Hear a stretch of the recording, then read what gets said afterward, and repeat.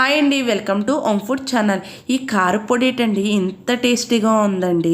చాలా చాలా బాగుందండి. ఒకసారి మీ ఇంట్లో ట్రై చేయాలి తప్పకుండాని. అసలు ఏం జరిగిందంటే మార్నింగ్ నుంచి నోరు అస్సలు బాగోలేదండి. ఏం చేయాలా అని ఆలోచిస్తుంటే వంటగదిలోకి వెళ్ళి కబోర్డ్ తీసి చూస్తే ఇక్కడ అరిసె గింజలు, గుమ్మడి గింజలు కనిపించేయండి. దీంతో కారపొడి చేసి చూద్దాం ఎలా వస్తుందా అని చెప్పేసి ట్రై చేసి చూశానండి. చాలా బాగుందండి. ఫస్ట్ స్టవ్ వెలిగించుకొని బండి పెట్టుకుని ఆయిల్ వేసుకుని అరిసె గింజలు, గుమ్మడి గింజలు వేయించేసుకుని పక్కన పెట్టేసుకోవాలి.